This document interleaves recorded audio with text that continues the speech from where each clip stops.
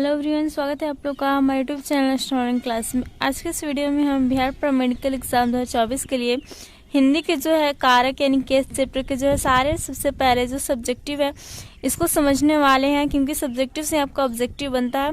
तो इसमें हम जो है सारे पॉइंट्स को समझेंगे, उसके बाद अगले वीडियो में हम लोग जो ऑब्जेक्टिव क्वेश्चन को सॉल्व करेंगे। तो यहाँ पर सबसे पहले जो हम कारक की परिभाषा को देखेंगे, तो कारक की परिभाषा हो जाती है कि संज्ञा या सर्वनाम का वह रूप जो वाक्य के अन्य शब्दों खासकर क्रिया से अपना संबंध प्रकट करता है वह कारक कहलाता है। ओके, जैसे कि यहाँ पर दिया हुआ है राम ने रावण को मारा, तो इस वाक्य में क्या है, दो संज्ञा शब्द है, वो है राम और रावण, और एक क्रिया शब्द है वर्ब है हमारा, वो है यहाँ पर मारा।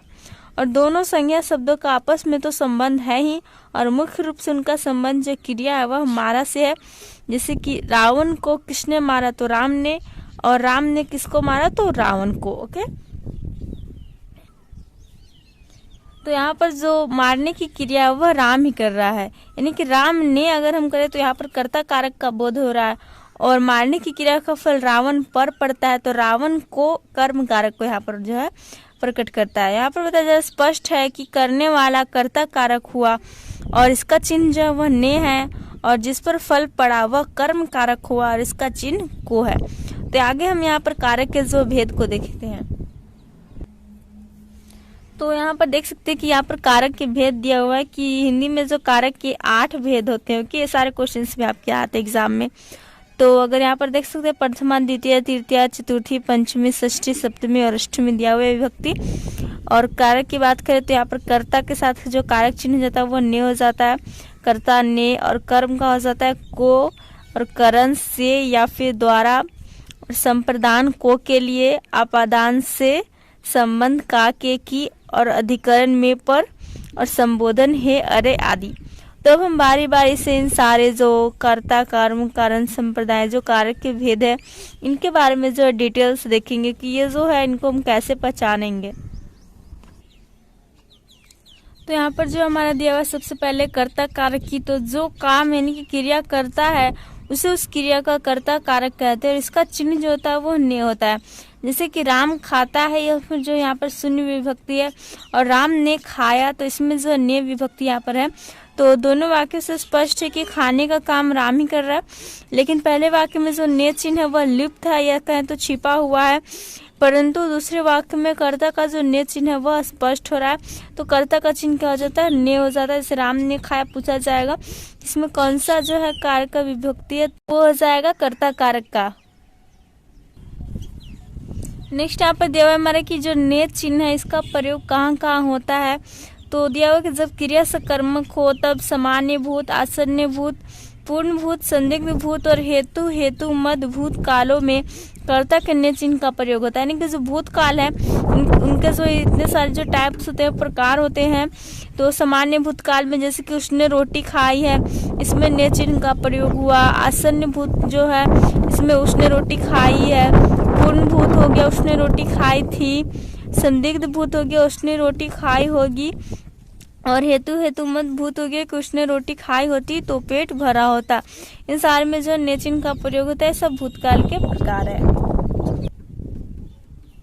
नेक्स्ट यहाँ पर दिया हुआ है कि जो प्राय अकर्मक क्रिया में कर्ता के ने चिन्ह का प्रयोग नहीं होता है, लेकिन नहाना, खांसना, छींकना, थूकना, भूकना आदि अकर्मक क्रियाओं में इस चिन्ह का प्रयोग जो है उपयुक्त काल में होता है। जैसे कि राम ने नहाया, उसने खांसा है, उसने छींका था, मैंने थूका होगा, इस टाइप में यहाँ पर जो ने चिन्ह का प्रयोग हो रहा है।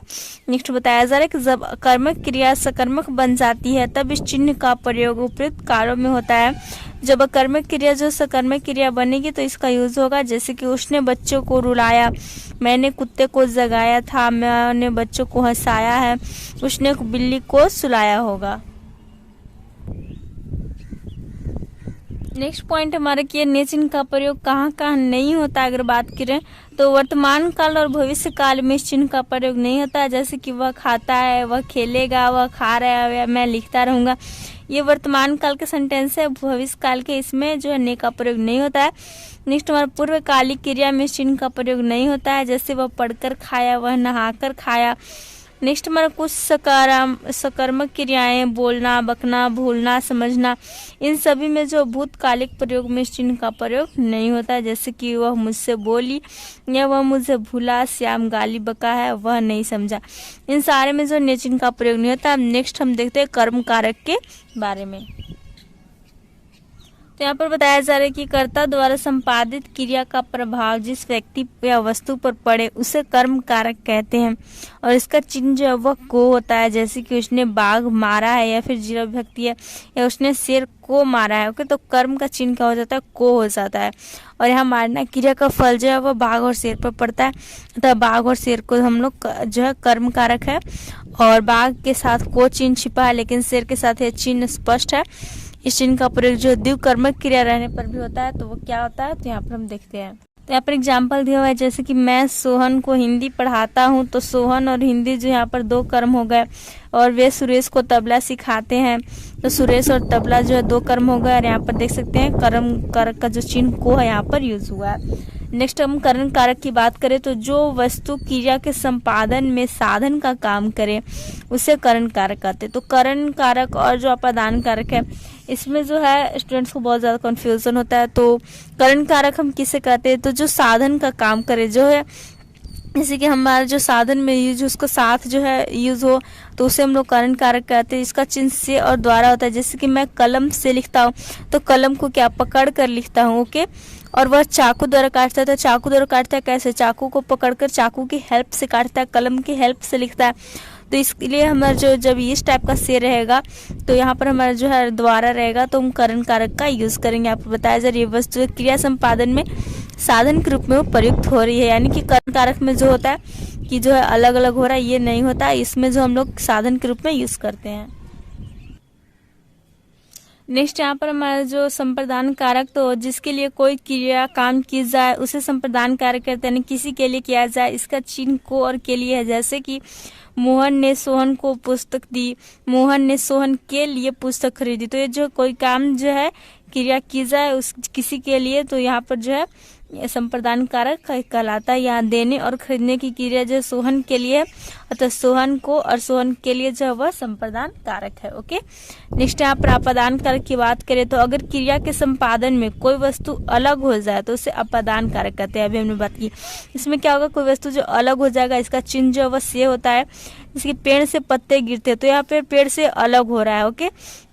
पेड़ से पत्ते गिरते, पेड़ से अलग हो रहा है। छात्र कमरे से बाहर गए, तो छात्र का जो है कमरे से अलग होना है यहाँ पर हुआ काम। तो अपादान कारक में क्या होगा, कोई वस्तु जो है अलग होगा, ओके। पेड़ और से और कमरे से अपादान कारक है, क्योंकि गिरते समय पत्ते पेड़ से और जाते समय जो छात्र कमरे से अलग हो गए।